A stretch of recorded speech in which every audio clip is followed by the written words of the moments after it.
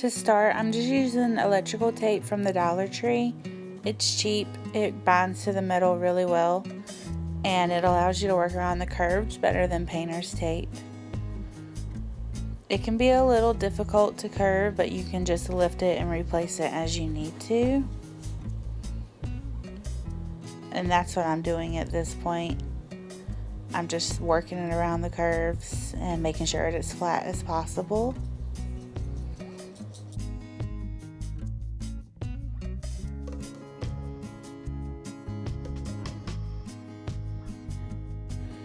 At this point, the electrical tape was just getting a little too hard to control, and it was starting to bend and bind up on me. So you're getting ready to see me cut it with scissors, and all I'm doing is just laying down another piece and starting it over again, but still going around the curves.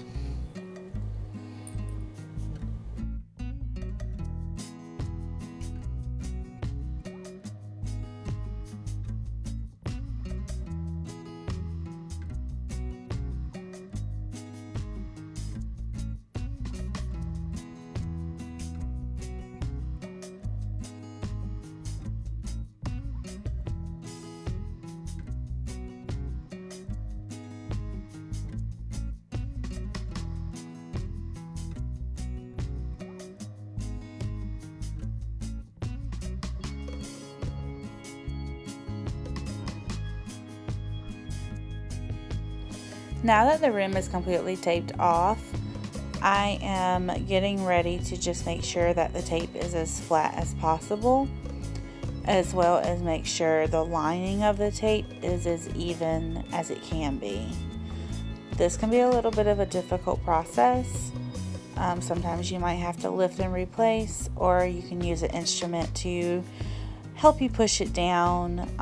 Sometimes your fingers work, sometimes you need another tool. I like to use my weeding tool.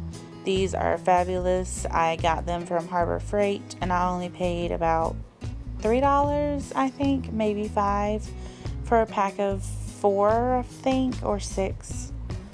But anyway, they're just one of my favorite weeding tools, and they serve multiple purposes, like pushing down your tape.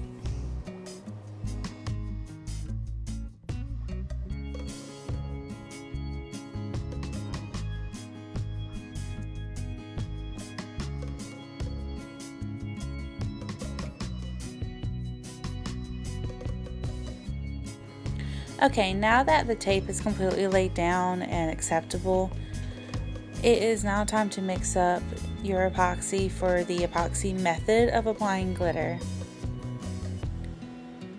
For this video, I'm just using Amazing Clear Cast. I got it from Michael's. I used a 40% off coupon. I want to say after the coupon it was around $13. At this point, I'm just measuring out 10 milliliters of part A.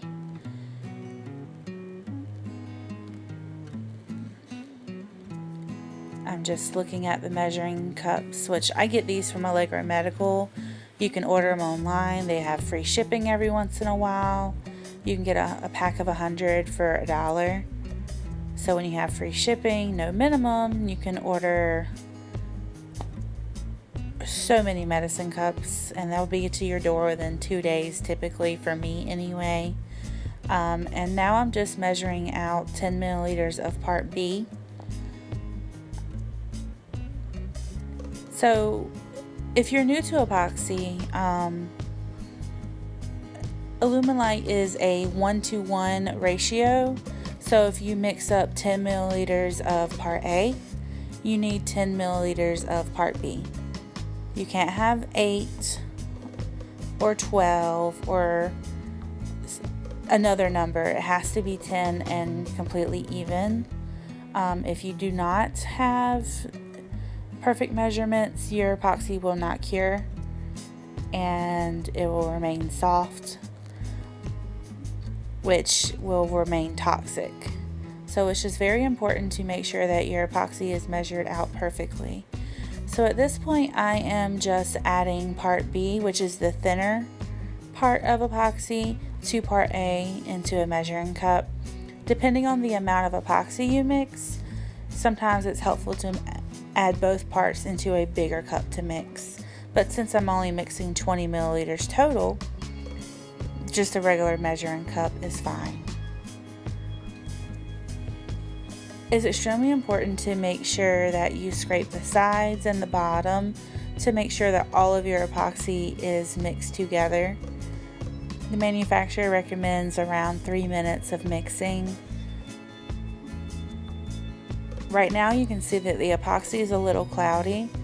I particularly start to mix until it turns clear. I know some people worry about bubbles in the actual measuring cup, but to me that's not a big deal.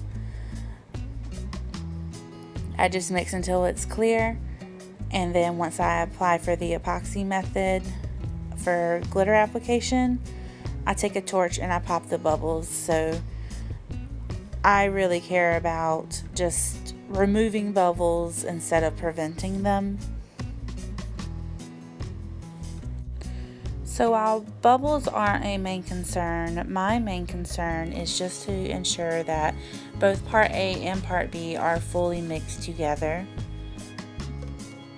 If they're not, as I stated before, they won't cure properly, it'll be toxic, and it will not have the FDA compliancy that is required.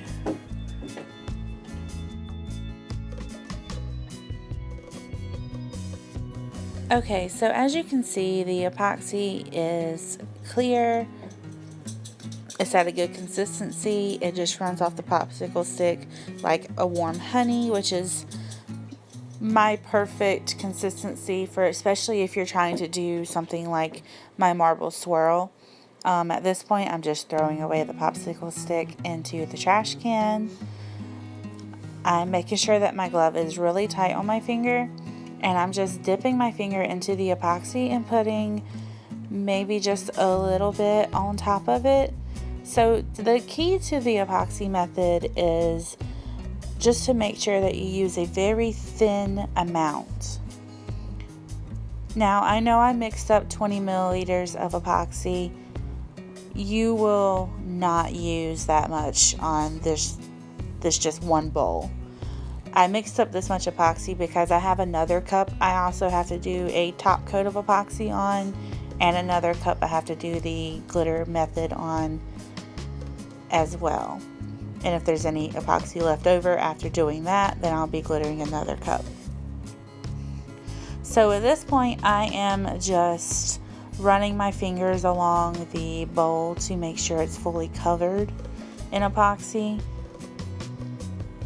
Paying attention to the curve and paying attention to where the top meets the bottom.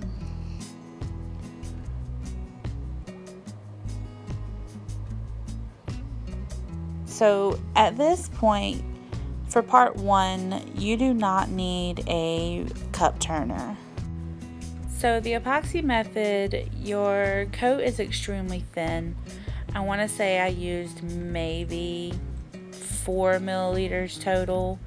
The good thing about this is your epoxy won't run, which is why you don't need a turner. You don't have to worry about your glitter dripping down. You don't have to worry about bubbles forming necessarily or drips forming.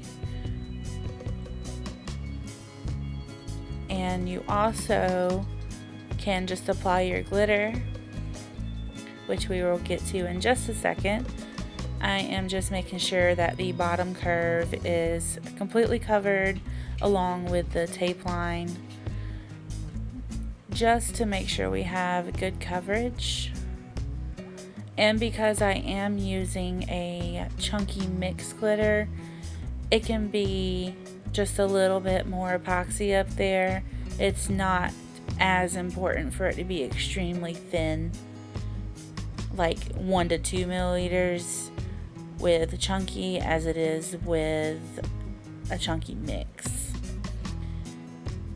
Because if you use the epoxy method with a extra fine glitter and you have too much epoxy on your cup, your bowl or whatever it is you're glittering at this moment, it will suck up the glitter and give you a metallic shine, and it will just not look good.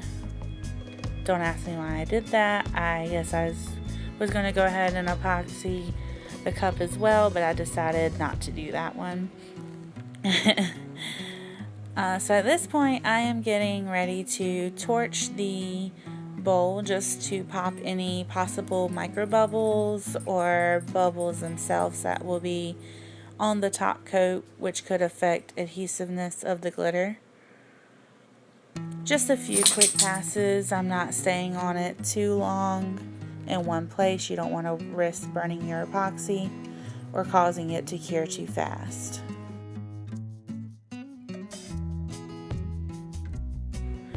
So one of my favorite ways to apply glitter is with one of these plastic spoons from the Dollar Tree. I am using Coachella from PDB Blanks and Glitter. I just got it in the other day and I am absolutely obsessed. So with these plastic spoons, it gives you more control over your glitter application. You don't have to worry about sprinkling too much from the shaker. You don't have to worry about it just not laying down properly. This method is extremely helpful, especially when you are doing like a chunky glitter ombre on a tumbler on your spinner. It helps control where your glitter goes. It's just awesome and one of my favorite methods.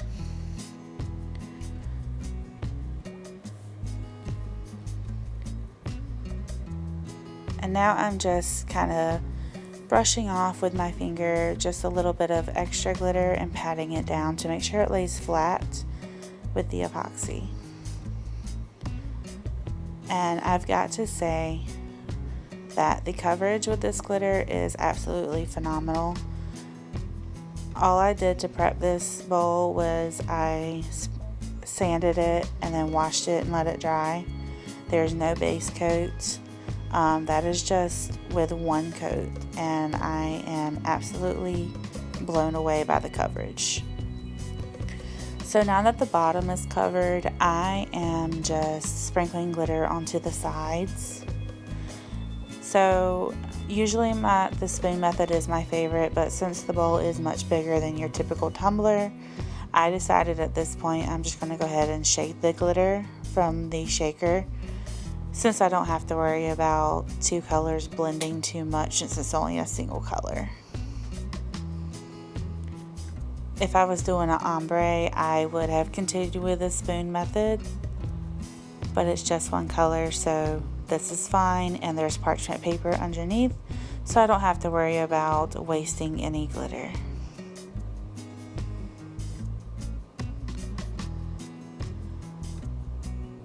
I did not base coat this bowl just because this glitter had some gorgeous silver and white undertones, and I really wanted the silver shimmer to come out, so I just left it on just a stainless steel base because I didn't have silver spray paint. I prefer to base coat everything, so if I had silver spray paint, I would have sprayed it silver. It just gives another layer of adhesion for the epoxy. And don't do that. I almost dropped it from my fingers, which is why I taped off the rim. So I am just fixing that one spot, getting off any excess glitter. And like I said, I mean, the coverage of Coachella by PDB Blanks and Glitter is just out of this world. It's absolutely gorgeous, and I really wish the camera would pick up on all the shimmers. But hopefully tomorrow we'll have some sunshine so I can get better pictures before I move on to step 2. And that's it, guys. I'm just going to clean up here and put my glitter back in the shaker. So I will talk to y'all later.